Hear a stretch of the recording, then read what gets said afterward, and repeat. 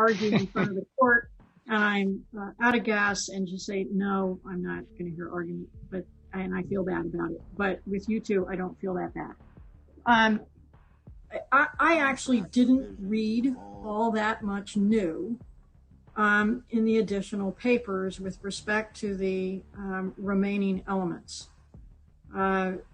So that's why I said I don't know that this part of the argument will be that long at all, given my admonition to you in the beginning not to repeat. But there were a couple of new things, but really not much. Ms. Force.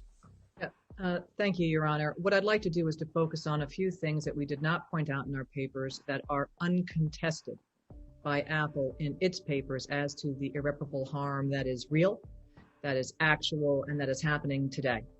And these are things which were set out in the declarations, the opening declarations of our witnesses, and they were not contested by the Apple witnesses. So I think that it's important to point these things out.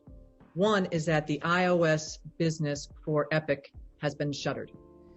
And that there are all kinds of statistics in Mr. Sweeney's declaration as to the declines. That is real, and that is happening. In addition to that, we have a shuttered series of businesses that are event businesses. These are the events that Epic puts on through the Fortnite app for concerts that we know the iOS users want. There were 2 million of them who attended the Travis Scott concert in April of 2020. We know that there is iOS demand for the other concerts and events in terms of ESPN exclusive performances, for the Discovery Channel exclusive performances, for the social justice conversations. Those businesses have been entirely shuttered for Epic.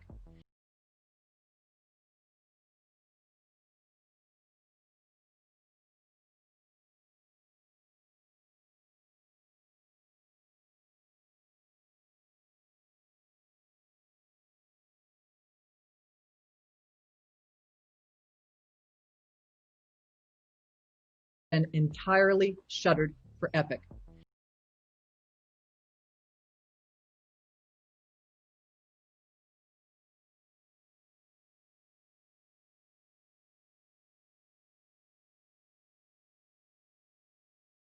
And entirely shuttered for Epic.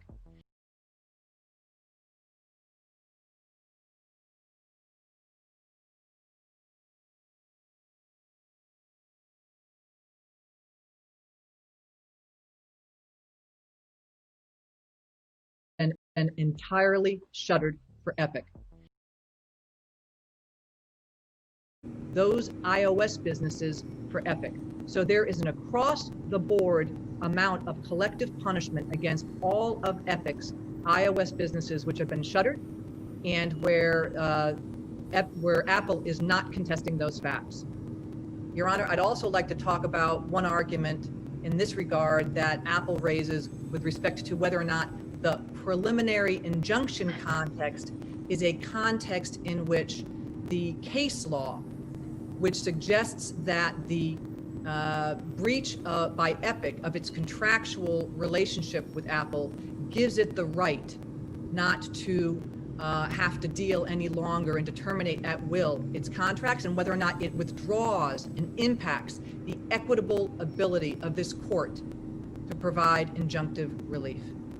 A couple of points on that.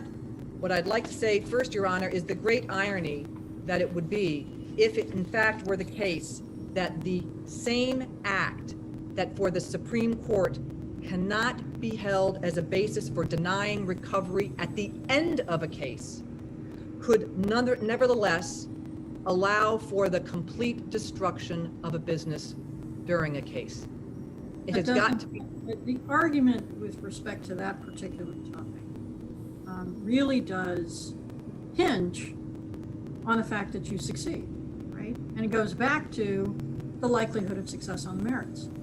So it's circular. You are irreparably harmed and cannot be damaged by being irreparably harmed because you're going to succeed, but you only succeed if. I mean, it's a circular argument. So it hinges on the first part of this debate. does, Your Honor. If Your Honor does not find a likelihood of success on the merits, then a PI will not issue here. That is certainly true. What I am suggesting is that to the extent that the balance of equity element has been argued by Apple to not apply to us, that we have no equities based upon our conduct, that is not what the Supreme Court case law holds. It's not what the principles of those cases hold. I certainly agree with you. I mean, I certainly agree. Right? Balancing one of the things that we look at, but it is a separate and distinct element from likelihood of success. And other than the fact of you arguing, and I still separate Unreal Engine and Fortnite and the other games. The argument with respect to Fortnite, your argument is really just we're going to win, and so therefore we get the balance of equities. It's nothing more than that. Your Honor, it's also that there is extraordinary consumer harm that is happening right now, and that's public interest. And again, you know, I don't conflate them. That is, I am required to do a separate analysis for each. And what happens with the public is separate and distinct than what happens with the parties.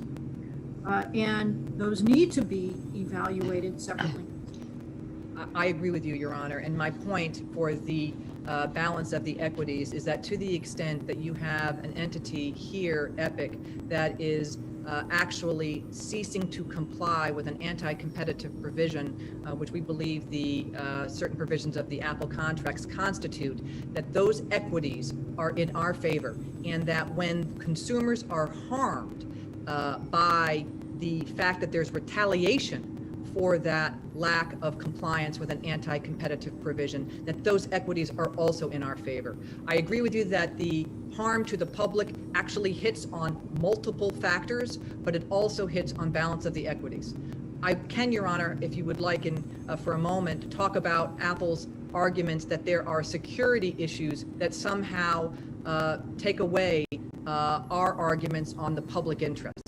I think that's a good argument to be had. I would just say, you know, there is some case law with respect to, well, first of all, I should back up and say, in general, we don't have federal courts issue injunctions just because parties get into a contractual dispute. And in many ways, part of this is all a contractual dispute over the licensing fees that Apple is engaging, in addition to the antitrust issues. But generally, we don't have federal courts do that. There are instances, though, where federal courts would have might issue orders to keep the status quo in situations where a company or business is going to go out of business. That's not the case for Epic. No one's entitled to make billions of dollars. There was a calculated decision here, and as the numbers went through these with Mr. Bornstein earlier, the iOS share of the pie for Epic is small relative to everything else. So we aren't in a circumstance where some businesses go out of business. So we really, to the extent that there's harm, really public extent that there's harm, really just the public extent. So it was interesting to me, the declaration of Mr. Sweeney. Mr. Sweeney's declaration did not, in fact, indicate that, in fact, there was nothing in the Unreal Engine that violated that effectively paragraph 3 of the license agreement. What he said is that Epic doesn't engage in malware. What he said is that great to hear.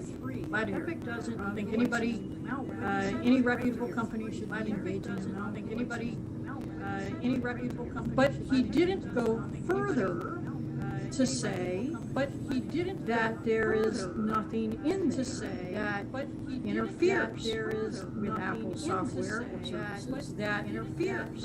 There's nothing in there that hidden code that doesn't provide or unlock or have additional features. That there's nothing in there that is attempting to hide or misrepresent. Nothing in there represent or obscure features. Is attempting to hide or misrepresent. Nothing in there.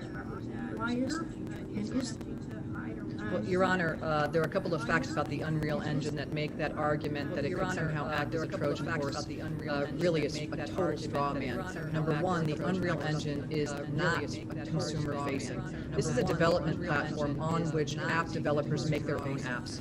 That's what this is. The app developers are the ones who are making the apps that then go into the App Store. It's a development platform. It's not consumer-facing, and that's set forth in the declaration of Mr. Grant. It also is an app where there's a development platform where there's no IAP. This is a completely irrelevant argument to the Unreal Engine. The Unreal Engine is a development platform that is used by developers all over the world for all kinds of different industries, not just gaming, but it's used for electronics, it's used for medical devices, it's used for space, it's used for airplanes, and it's those developers who are determining what the functionality is. So the idea that it could act as some sort of Trojan horse to Apple is misapprehending the Unreal Engine from start to finish. Yeah, I think, and let's see, Mr. Boutros, why don't you go? You can respond on this one. I'll come back to you, Ms. Forrest. But I think that Apple's, the sky is falling down approach on this topic is a bit overblown. I did find the fact that Mr. Sweeney was a little bit obscure in his declaration to be interesting, but I also don't think that Apple's really on solid ground in some sense that that everything's going to explode because the Unreal Engine's allowed to operate. Let me start with that, Your Honor. Thank you. First,